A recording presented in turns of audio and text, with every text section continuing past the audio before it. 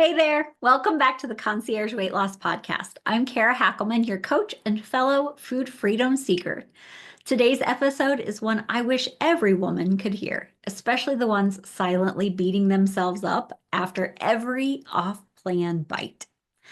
We're going to talk about food guilt, why it's so heavy, how it slows down your weight loss more than any food ever could, and how you can finally let it go so you can actually enjoy eating again. I did say enjoy eating.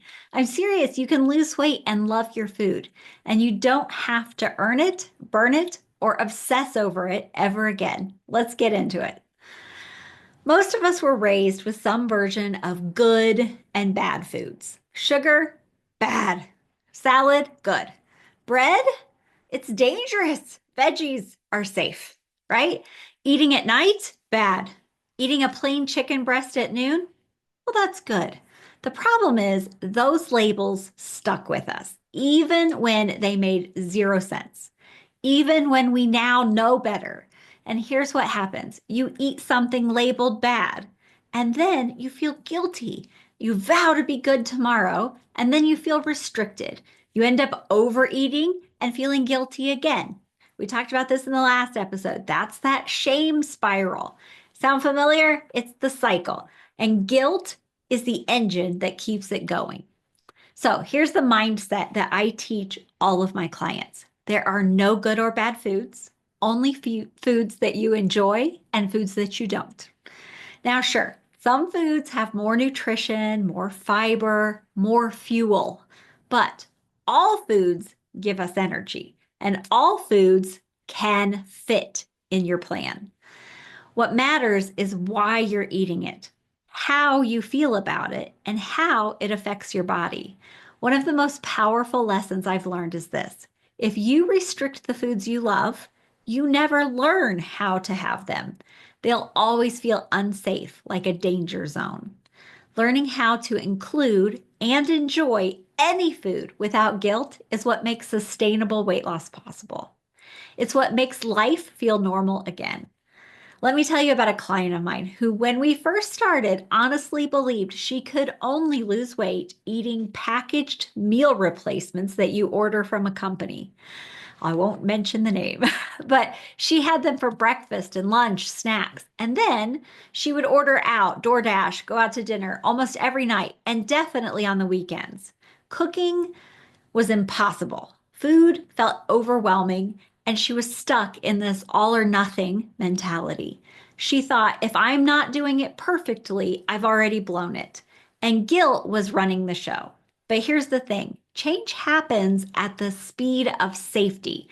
So in coaching, we don't rip away your normal eating. We just open it up a little by little. She tried new foods. She slowly learned how to trust herself. And now she still gets DoorDash and eats out. She still eats out with her husband, but she has food at home more. She's discovering that there's so many vegetables that she actually likes and losing weight because she stopped believing food had to be perfect or a problem or to just throw it all in and eat whatever she wanted. She stopped that. She's down over 20 pounds, but more than that, she's built confidence and it's pouring into her relationships, her career, and the way she talks to herself.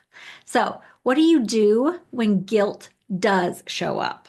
I want you to picture this. Let's say you had a plan for your meals and then, life happened. You went out to eat or you ate more than you had planned or you just felt off. That doesn't mean you failed. It means you took a detour. Just like driving, you know your destination. And sometimes there's traffic, construction, or a pit stop. You needed some gas. That doesn't mean you just turn around and give up. You just kept going. You detoured. You stopped. It was not a big deal. You just kept going. That's what I teach my clients. Your plan is the intention, not a contract that you get punished for breaking. And if you eat something off plan, you don't need to spiral. You don't need to start over. You don't need to punish yourself. You just need to do the next best thing. Wait until you're hungry again. Choose something that nourishes you and get back to living. A lot of guilt comes from this underlying fear that we're missing out, FOMO. We're missing out on pleasure, on tradition, on freedom. So I ask my clients, what exactly are you missing out on when you don't eat the thing? Tell me that. What are you missing out on? And then we follow it up, more importantly, with what are you missing out on when you do eat it? Because sometimes the slice of cake at your birthday, your kid's birthday party is absolutely worth it. And sometimes the real win is saying, it's just store-bought cake. I'll feel better tonight without it anyway. Both are valid. Neither require guilt. It's about choosing based on what you want for your body and your life, not what some food rule from the 90s or before told you to do. When we work together, this is the stuff we untangle. We shift from black and white thinking to trust, flexibility, and peace for yourself and your food. You get to enjoy food without guilt. You get to lose weight and eat tacos. You get to feel proud of how you showed up around food, not panicked, not restricted, not waiting to start over on Monday. So here's what I want you to take away from today. Food guilt is just an old habit. It's not a requirement. 2, there are no good or bad foods, only choices and outcomes. 3, you can learn to eat any food with intention and confidence. 4, you don't have to restrict yourself into weight loss. You can enjoy food and make progress.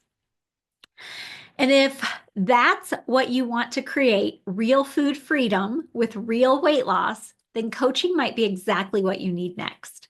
You can book a free personalized solutions call at coachingkara.com/free call, or sign up for my free webinar, Doctor Secrets, How to Lose Weight and Keep It Off. And that you'll do coachingkara.com/sign up and see how this in real life.